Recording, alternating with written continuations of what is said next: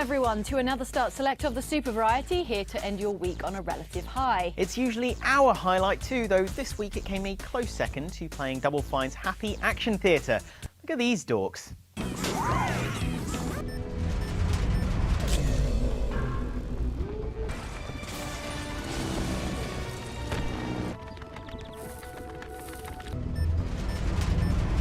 Coming up in the show, we've got a dash of Blizzard news, a sprinkling of what's new in stores, and a pinch of your thoughts on Mass Effect 3. That's all on top of a big scoop of Skyrim, in which Johnny challenges you to take a look at the GS UK team's mighty Dovahkiins. And guess whose is whose? Let's do this thing. In the news, we find Blizzard, makers of Warcraft, taking Valve to court over Dota 2 to challenge Valve's right to trademark the name Dota. Valve's upcoming fantasy strategy title, Dota 2, is the standalone sequel to a super popular old Warcraft 3 mod, Defense of the Ancients, or DOTA, or Dota, as eloquently treated in song that one time by Bass Hunter.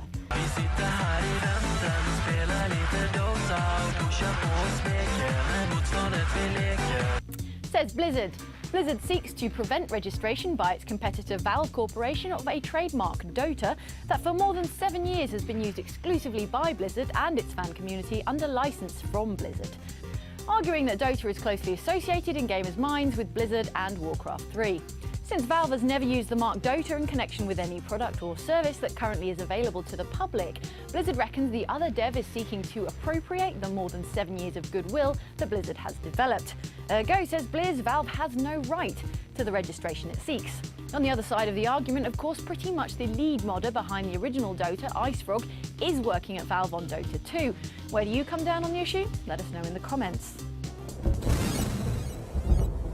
Now it's time to take a look at what's out in stores, physical and digital, this week. First up, there's The Darkness 2, in which we rejoin Demon Arms shooter of guns Jackie Estacado for a sequel to the 2007 original, with a new focus on gristly execution moves. If you're not big into squelchy dismemberment, you coward.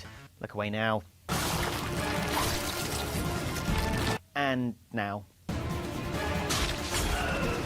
And now. Our reviewer gave it a 7.0, meaning good, with cheers to its creepy story, sweet gunplay and great voice acting, and jeers for its super short campaign. That's out on PC, Xbox 360 and PS3 now. Also out this week on those same platforms is fantasy action RPG, or FARPG, Kingdoms of Amalur Reckoning. It got a jolly decent 7.5 in our review, which talked up its kick-ass combat and flexible character advancement, but called out its story, characters, worlds and quests for being blander than a potato sandwich with a glass of water.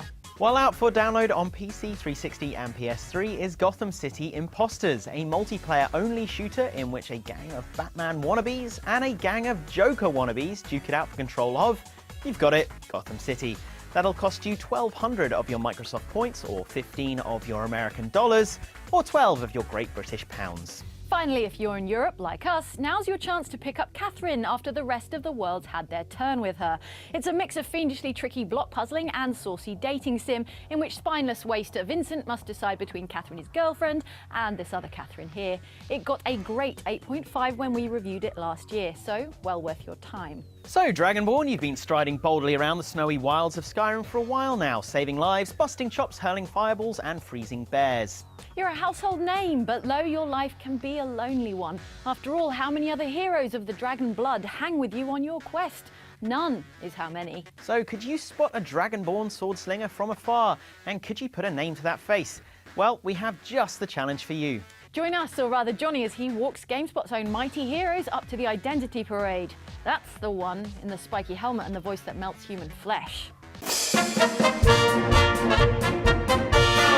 Hello adventurer, so you think you know Skyrim pretty well. You've accepted your destiny and avoided taking an arrow to any of your joints thus far, but could you pick a fellow Dragonborn out of a police lineup? Well, here on Team Start Select we've captured some of our very own Dovahkiins doing their thing, but it's up to you to guess whose hero is whose in Dovahkiin you guess who it is yet.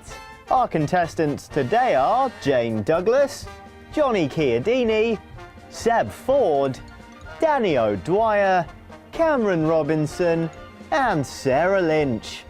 Now, one of these has never even played Skyrim before, but we made them do it anyway. So, we'll introduce you to each Dragonborn, then you try to match them up with the team members at home, okay? Listen carefully, you might pick up the odd clue if you keep your wits about you.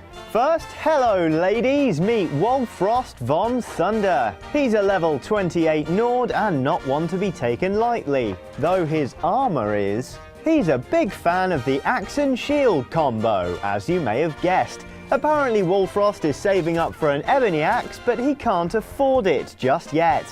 Anyway, never mind that, here he is demonstrating his favourite shout on a hapless animal test subject. Animal rights activists are not going to like that one. As for the Stormcloaks vs Imperials debacle, Mr. Von Thunder hasn't thrown his lot in with either faction as yet, though says he's stuck with the Stormcloaks when busting out of Helgen because they, well, hadn't tried cutting off his head. Sounds reasonable. Come on then, Wolfrost, show us that shout one last time. Oh dear. Now calm down all you Stormcloaks, there's more to this level 41 Imperial than first appears. While he is a fan of the heavy armour, specifically the dragon variety, he's no stranger to magic. All that armour is enchanted, and when it comes to combat, it's dual-wielding magic with his faithful stored Stabzo all the way. When he's out just wandering the wilds though, it's just him and his faithful bow, Gunny.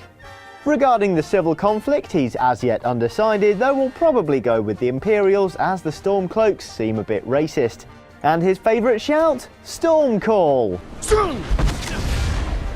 He always did have a bit of a mouth on him, that one. What's his name, you ask? We can't tell you that, it's the same as the actual player's name.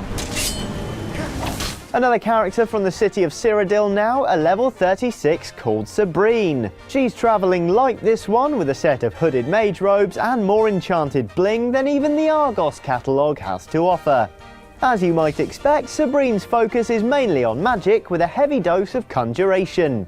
She still indulges in the odd bit of archery and shanking mind, though to be honest that's mainly so she can trap their souls in handy gems and use them to further edit the features of her gear.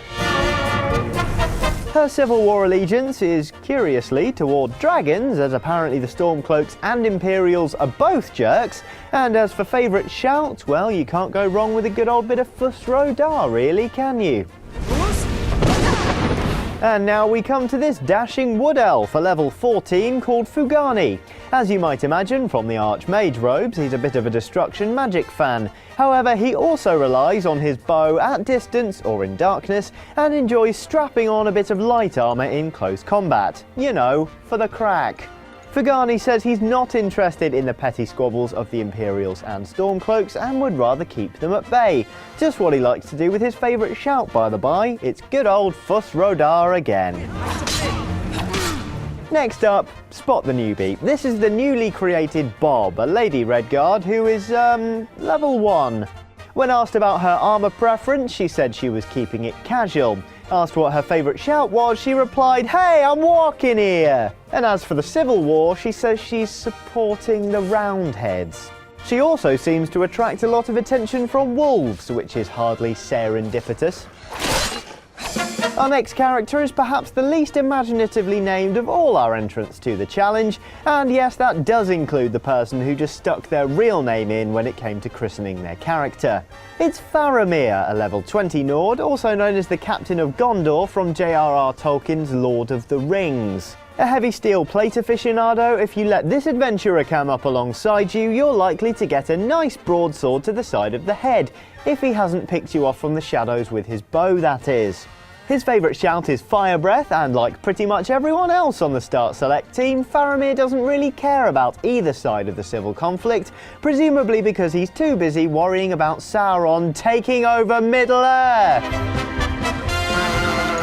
So those are our contestants, but just before we reveal the answers, here's a quick recap. Wolfrost von Thunder, Nord. Unnameable Imperial, Imperial. Sabrine, Imperial. Fugani, Wood Elf. Bob, Redguard, and Faramir, Nord. Need more time to guess? Best pause the video, cause here come the answers. Wolfrost von Thunder, say hello to Seb Ford, ladies and gentlemen. The Unnameable Imperial, here's Johnny. Sabrine the Mage, the one and only Jane Douglas. Fagani the Wood Elf, it's our very own Danny O'Dwyer, everybody. Bob the Newbie Redguard, Sarah Lynch. And last but not least, Faramir, it's Cameron the Unimaginative. So, thanks for playing Dovahkiin, you guess who it is yet? We hope you enjoyed yourself. How did you do? Brag your butt off or commiserate with your fellow losers in the comments below, why not?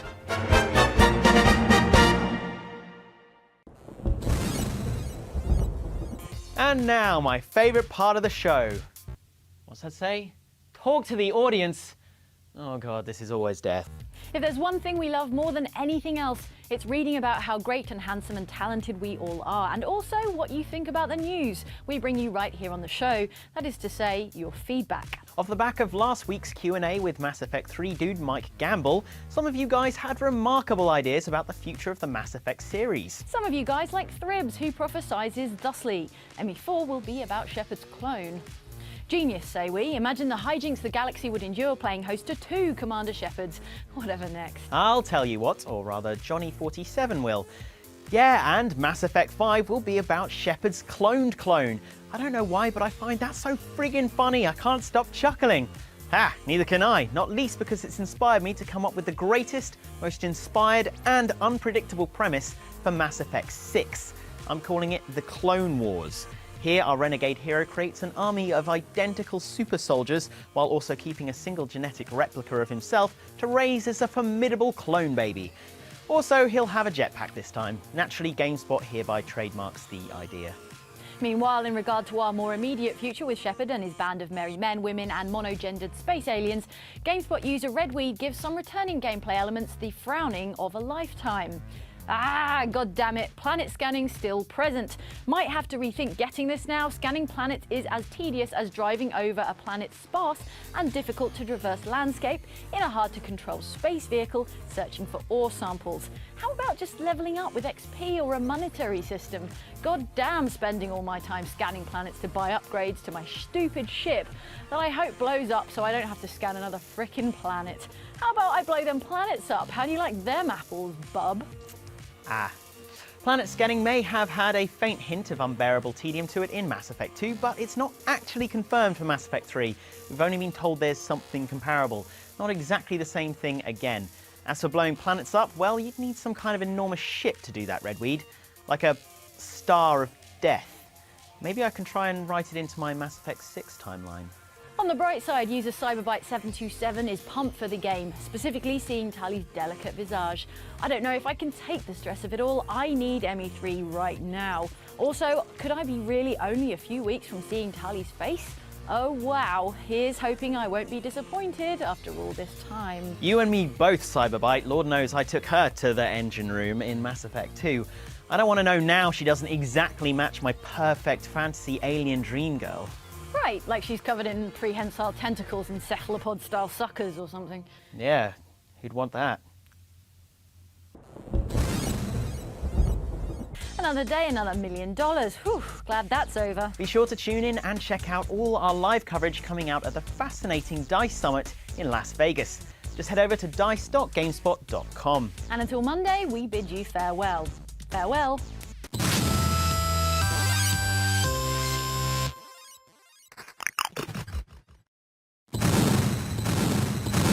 Right, before we head off sledging with rock stars and hurling snowballs at the Queen, we thought maybe you'd like to subscribe to some stuff. If so, you can click up here for Start Select. Or if you want, you can go and subscribe to GameSpot right here on YouTube. And then there's a third thing, has yet to be determined. Yeah. Click this area here. Anyway, I'm going to go sledging, so goodbye.